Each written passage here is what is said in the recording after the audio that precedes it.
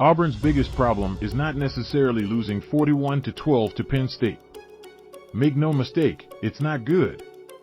The worst Auburn team you've ever seen should not lose by 29 points at home to the best Penn State team James Franklin could possibly put together. But it's not the first or last time Auburn will have a bad day on the football field. The more pressing issue for Auburn right now is in the recruiting rankings, where 247 Sports ranks the Tigers' 2023 class No. 62 in the country, just behind Washington State, Oklahoma State, and Missouri. Auburn's current coach is Bryan Harsin. After going 6-7 in his first season, it seemed that a salacious whisper campaign about his alleged off-field behavior was aimed at getting him fired. After the school found there was nothing to those rumors, Harsin kept his job. But the reality for Harsin was that only two things were going to calm the waters long-term: a lot of wins or a lot of blue-chip recruits. The first one isn't going to happen. This might be the least talented Auburn team since the late 1970s, and it would be semi-miraculous for Harsin to win 8 games this year. If Auburn had a bunch of studs waiting in the wings, this might be survivable for another year. But at 62nd in recruiting? This seems like a dead end for Harsin, who won a lot of games at Boise State but has not shown an aptitude or an appetite for the cutthroat world of SEC football. Copyright Jake Crandall, the Advertiser/USA Today Network Auburn head coach Bryan Harsin during the Tigers' lopsided loss to Penn State. Week 3 winners and losers: Penn State, Oregon get huge win Saturday recap. What you need to know about college football's top 25 games for Week 3. Auburn's initial hiring of Harsin was rooted in athletic director Allen Greene's preference for normalcy and distaste for the roller coaster drama that surrounded every result under former coach Gus Malzahn. Harsin was the kind of paint-by-numbers hire you make at a normal school. But Auburn isn't a normal school. Auburn fans and boosters are often accused of being hair-trigger crazy when it comes to coaches. But the reality is that for Auburn to function best, it needs juice, it needs controversy, it needs an in-your-face presence to distinguish the Tigers from everyone else. Even if the team is good or bad in a given year, Auburn is not supposed to be boring. Harsin is boring, his team isn't good, and it's very clear that this isn't a good fit. Of course, Auburn parted ways with Greene before the season, which means there is no permanent athletic director in place at the moment to manage what happens next. That means the boosters are in charge again at Auburn, which is how a lot of people there like it best. It doesn't mean Auburn's next moves will be the right ones. But they can't be any worse than getting blown out by Penn State and having no blue-chip recruits to pin their hopes on in the future.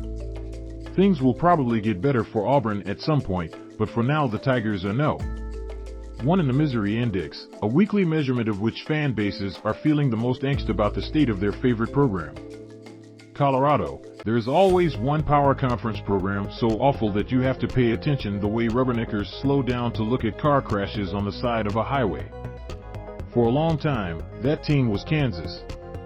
But no rain lasts forever, and it appears the Jayhawks' dynasty of incompetence has ended. Luckily for the Misery Index, though, they have a worthy heir to the throne in the Colorado Buffaloes. The Buffaloes have been outscored 128-30 in 3 games this year. Last week against Air Force, they had 51 yards passing and went 1-for-11 on 3rd down. This week against Minnesota, they threw for 90 yards and went 1-for-12 on 3rd down. There's not much else to analyze, and with the Buffs about to open Pac-12 play next week against UCLA, there's a pretty good chance they're headed for a winless season. That hasn't happened at Colorado since its first year of football in 1890. Karl Dorrell was a strange hire for Colorado in 2020, but the school was in a difficult spot from a timing standpoint after Mel Tucker surprisingly left in mid-February for Michigan State. The problem is, other than Tucker, Colorado has gone bust on 4 coaching hires since firing Gary Barnett in 2005. Can fans trust this administration to get the next one right? Georgia Tech, since Geoff Collins is not eligible to be the first coach fired this season, Scott Frost already has that one wrapped up. He's now the odds-on favorite to be the next one shown the door. Georgia Tech fans who want Collins out can probably breathe easy. After a putrid 42-0 loss to Ole Miss, Collins' record stands at 10-27. It's not working, and there are no signs it's going to turn around. But there's a bigger existential question Georgia Tech will have to answer with its next move. What is this program about? Tech pushed Paul Johnson out because it was tired of the triple option and wanted someone who could raise the ceiling in recruiting rather than rely on a quirky scheme. But given how poorly Collins' tenure has gone, Georgia Tech must figure out if it merely hired the wrong guy to modernize the program or if the Johnson model was a better fit for a school with tough academic standards and budget limitations. That will not be an easy call for athletics director Todd Stansbury. Northwestern, Pat Fitzgerald is only 47 years old, but he's been at Northwestern in some coaching capacity since 2001. He's now in his 17th season as the guy in charge. Fitzgerald, a beloved alum and proven winner as a head coach, has had plenty of opportunities to leave for jobs in both college and the NFL. Perhaps he should have taken one of them. Because the reality in college football is that sometimes things get stale. Sometimes coaches get too comfortable. Sometimes having ironclad job security encourages stubbornness and arrogance. Hey, race what we know. After Saturday's 31-24 loss to Southern Illinois, Northwestern is likely headed for a third bad season in the past four, the exception being a 7-2 record in the funky COVID season sandwiched between dual 3-9s. That's not going to get Fitzgerald in trouble. First of all, it's Northwestern. Second, he is the same coach who went to 10 bowl games and 2 Big Ten title games. But maybe that's the problem. If there's no pressure, will Fitzgerald make necessary changes to staff, philosophy, and recruiting? Or will he coast into 2023 and lean on his history of bouncing back? If it's the latter, the Wildcats may have big problems to address next year. South Florida, by nature of being stuck in the American Athletic Conference, the Bulls are not going to ever get many shots at a victory as meaningful as beating Florida in the Swamp. They had that chance on Saturday and blew it. Down 31-28 with one drive to either win or tie, USF was driving deep into Florida territory with enough time on the clock and timeouts in its pocket to give the Bulls some options. But it seemed like coach Jeff Scott did not want quarterback Jerry Bohannon to make a big mistake, so USF kept things pretty simple and conservative and looked as if it was playing for a field goal. That didn't work out for the Bulls when a bad snap with 44 seconds left cost them 14 yards, setting up a 49-yard kick that was close to being made despite a wobbly hold. It would have been nice to see USF push for a touchdown before that bad snap, but it didn't, so we'll never know. After 3 straight losing seasons, including a 4-20 start to Scott's tenure, 1-20 against FBS teams, it would have been a massive boost to beat Florida.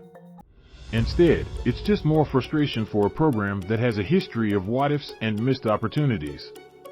Miserable but not miserable enough UCLA. If one image could describe the meaning of apathy, it would be the overhead view of the Rose Bowl on Saturday, where a sparse and depressing crowd gathered to watch the Bruins squeak by South Alabama, 32-31. But after starting slowly against Bowling Green in Week 1 and needing a field goal at the buzzer to beat South Alabama, it seems that Bruins fans are not particularly into this team or the Chip Kelly era. This is an embarrassment, but we couldn't fill the Rose Bowl in 1988 when we were the one team in the country. Anyone else at UCLA think it's time for an on-campus 30,000-seat stadium? Of course, if we can't play better than we did today, it would be half empty too. Houston, it's never a good sign when teammates shove each other in the middle of a game where everyone can see it. But early in the third quarter of Houston's 48-30 loss to Kansas, receiver Joseph Manjack came over and shoved receiver Sam Brown on the sideline, necessitating coaches and players to step in and separate them. That is not the kind of thing that happens with a disciplined team that has its act together. Then again, 1-2 Houston is arguably the nation's biggest disappointment after starting the season as the team to beat for the Group of Five's bid to a New Year's Six bowl game. Dana Holgorsen, who was supposed to be a transformative hire for the Cougars, is now just 20-17 in his 4th season. South Carolina, nobody would say the Gamecocks are in the same weight class as Georgia, historically, but they've managed over the years to turn that game into a pretty good rivalry. Not only has South Carolina won its share 8 times in the last 23 years, but a lot of the Georgia wins have been pretty close. It's a game Georgia has to take seriously, until now, anyway. Georgia's longest winning streak in the series is 10, between 1966 to 77, but it may be at least that long until the Gamecocks taste victory again. Miami, the Hurricanes spent a lot of money to bring prodigal son Mario Cristobal home. But perhaps they didn't realize they were also getting his coaching style, which was proven at Oregon to be more conservative than a GOP convention and seriously lacking in clock management. Miami somehow lost 17-9 at Texas A&M and failed to score a touchdown despite having 27 first downs, 392 yards of offense, and 4 trips into the red zone. Even at the end, when Miami needed to show some urgency and get something done quickly, the Hurricanes were plodding, safe, and ultimately ineffective. It's hard to be the U if you're afraid to throw a pass beyond the first down marker. This article originally appeared on USA Today, Misery Index Week 3. Bryan Harsin has turned Auburn into a bad and boring football team.